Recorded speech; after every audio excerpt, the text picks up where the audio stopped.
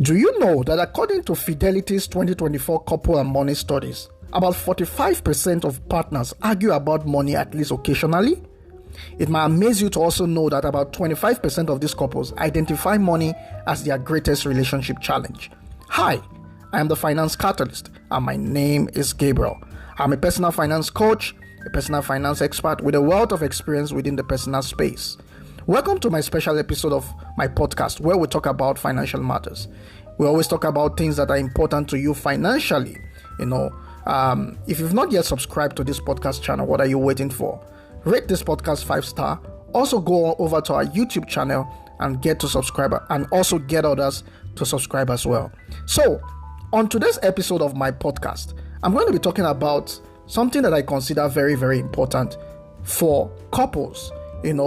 I'm going to be sharing with you 5 important areas that you can deal with. 5 marriage killing money issues that you need to deal with.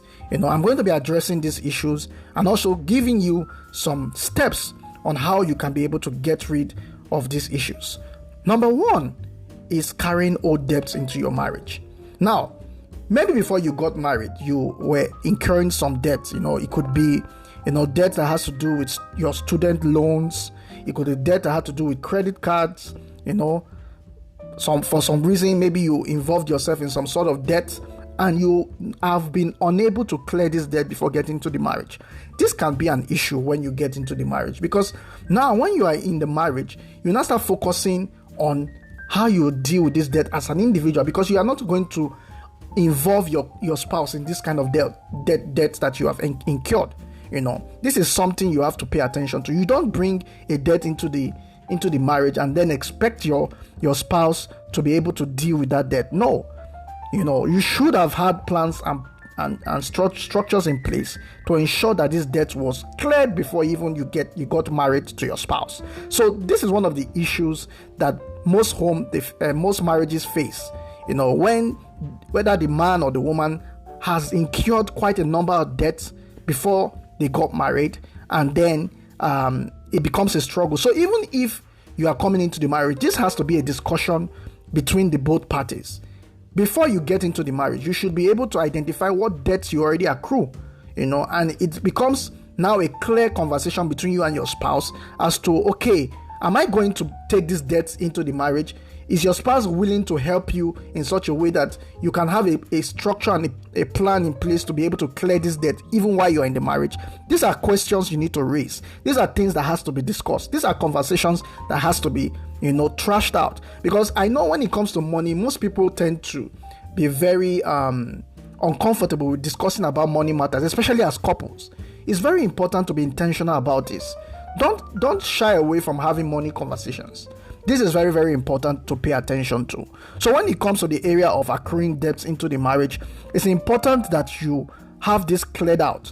Don't bring your financial stress burden into the marriage and become more of like a stress to your spouse. It's important to pay attention to this. Number 2 is personality difference. Now, even if both partners are debt-free, the age-old conflict between spenders and savers can actually play out in multiple ways. This is very important to understand. It is important for you to know your money personality. I keep asking people, what is your money personality? You need to know your money personality, and you also need to know your partner's money personality, and you guys have to discuss these differences openly. This is something that you have to do. Nobody's going to do that for you. Many may display characteristics of either over time, but usually you have to revert to one main type. Are you an overall spender, or you are someone that is more conservative when it comes to spending? This is something that you have to ask yourself. You have to identify for yourself and also understand that of your spouse. It's very important, because when you guys have this, you can be able to understand yourself better. You are able to recognize what are the bad habits, and you are able to address them, and also have, to moderate them to fit into your home and your relationship. This is very, very important. So it's important to ask yourself, what is my personality difference when it comes to money? How do I relate with money? Am I an overspender? Am I conservative? Is my spouse an overspender? Is she conservative? Is he conservative? Is he an overspender? These are questions you need to ensure you should be asking even before you get into the marriage, because these are things that are very important to be discussed when it comes to your finance. This is very important to take note of. Number 3 is power plays. Power plays. Power plays may occur in one of 4 scenarios. If one partner has a paid job and the other doesn't, one spouse earns considerably more than the other, or one partner comes from maybe a wealthy family and the other doesn't. When you have one or more of these kind of situations, the one who makes the most or has the most may want to dictate the couple's spending priorities. So this is something that really is one of the major issues in marriages. Where because maybe one of the couples the couple is earning more than the other. That person might want to now start determining how much should be spent, or how much should be contributed. And if you want to raise a question, maybe the other person will start saying, no, you cannot be spending like this. I'm the one earning more of the money. You cannot now be spending the money like this or like that. No, this is very important to understand that when you guys are together, you shouldn't have that kind of mentality as a couple, because it's more like a power tussle. So it's important that, whichever person that earns the most, you have to understand that you are one and you are dealing with it together. So any issue that comes financially, you are dealing with it together, regardless of who is earning the most money or not, because this is something you committed to doing as one. So you are not supposed to start having the conversation of who is earning more and who is not earning more. No, this shouldn't be the conversation for you as a couple. You have to ensure that you are making the right adjustments when it comes to dealing with situations like this, because I've seen situations where a power play can occur in a home, and because of how the conversation goes, it can lead to a series of issues in the marriage that could lead to many of them leaving the marriage. So it's important to understand that first, you guys are one, and then anything that has to do with who is earning more and who is earning less shouldn't be a topic of conversation. Rather, you have to think about it from a perspective of, okay, how much are we earning together? That is very, very important to pay attention to. Number 4 is supporting a growing family. Now, whether and when you plan to have children, it's a financial decision. This is something that is very, very important, because in dealing with children, you have to think about food. You have to think about clothing. You have to think about shelter. You have to think about several other things that are more child related. So you have to think about child related expenses. So now, when you are together as a couple, you have to understand that having kids isn't just about the cost. If one partner cuts their hours, works from home or leaves a career to raise children, couples should be able to address how that changes the marriage dynamics, assumption about retirement, lifestyle, and more. You have to be able to understand, how does this change the marriage dynamics. Some people don't plan for their kids. This is something that it's very important to understand. You have to ensure that there is a plan even before you even got married. There has to be a plan for your kids. You have to be saving for your kids, because when a child comes into the picture, it's a whole different dynamics when it comes to the marriage, especially when it comes to the area of finances, because now you have to ensure that you have all the right financial structures in place to be able to look after that child.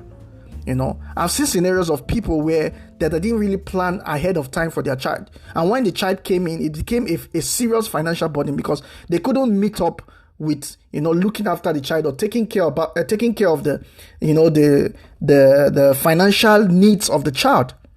There's what we call family planning. You don't go ahead to give birth to children when you don't have a plan for them. It's very, very important. You don't have to do it when you are actually expecting the baby. No, you have to plan even before you start making those plans to have the baby. This is very, very important to pay attention to. Now, number 5, which is my final point, is coping with extended families. Coping with extended families. Now, when it comes to this area, sometimes, partners help with, the cost of their family of origin. Their parents, my parent might need something that is important and they want to look after that. Maybe your brother, your extended family might need some assistance with rent or school or some, just, things that they might require for help. It's important to really understand issues like this. It's important to, first of all, you cannot be able to help someone if you are not standing as a couple or as a family. I see situations where people want to do things to impress people rather than, first of all, understanding their financial capabilities and financial situation. You cannot be able to solve a problem that you are already a part of. You have to first detach yourself out of that problem for you to be able to solve that problem. So vice versa, you have to understand that as a couple, you have to be standing first before you can be able to assist others. You can do what you can for people, but don't make it at the expense of your own financial struggles. It's important to make sure that your family first is well established before you start thinking about us. Yes, you have commitments towards your parents, your extended family, but at the same time, always ensure, because this is one thing that could lead to issues in the home. When maybe one couple is already thinking like, okay, I'm not doing enough for my family, and the other is saying, but this is how our financial situation is. We have to ensure that everything is in line. And then when you have those kind of conversation, and maybe these two couples are not in par, and they are not in complete understanding, it becomes a major issue. So what can you do to get rid of these things? Like I said, in this particular situation, you have to ensure that you first, together as a couple, you are sound financially. You are standing financially, and you can set up structures, other multiple streams of income that you could use to assist your family. And that's why I always advise people, don't just, be a kind of person that is just living your life by having a 9-to-5 job. That is not going to sustain you. That is not going to build the kind of wealth that you want. You have to start thinking about other ways that you could actually create wealth and value for yourself and for your family. And this is by diversification, trying to look for how to generate other multiple streams of income. Like, I can refer you to some of my other episodes where I've talked about, the importance of, having several multiple streams of income, and also talking about areas and investments areas that you could focus on. You can always make reference to those episodes. But like I said, when it comes to the area, of dealing with your finances as a couple, it's very important to be intentional about this, and don't let anybody guilt trip you for taking some important financial steps for your family. It's very, very important to prioritize your family when it comes to things that pertains to your finances. I just thought to share that with you. So these are the 5 important issues and how to get rid of them that I thought to share with you on this special episode. If you like this content and you really want to see more of this content, I kindly indulge you to subscribe to this podcast channel. Also, go over to the YouTube channel and get to subscribe as well. Get your friends, get your loved ones to follow us on our various social media handles, and also subscribe to the YouTube channel, and also rate this podcast 5 stars. Thank you so much for listening to this special episode. Until I see you again next time, always stay financially healthy, financially sound, and always be intentional about your finances. Thanks for listening. I'll see you again soon.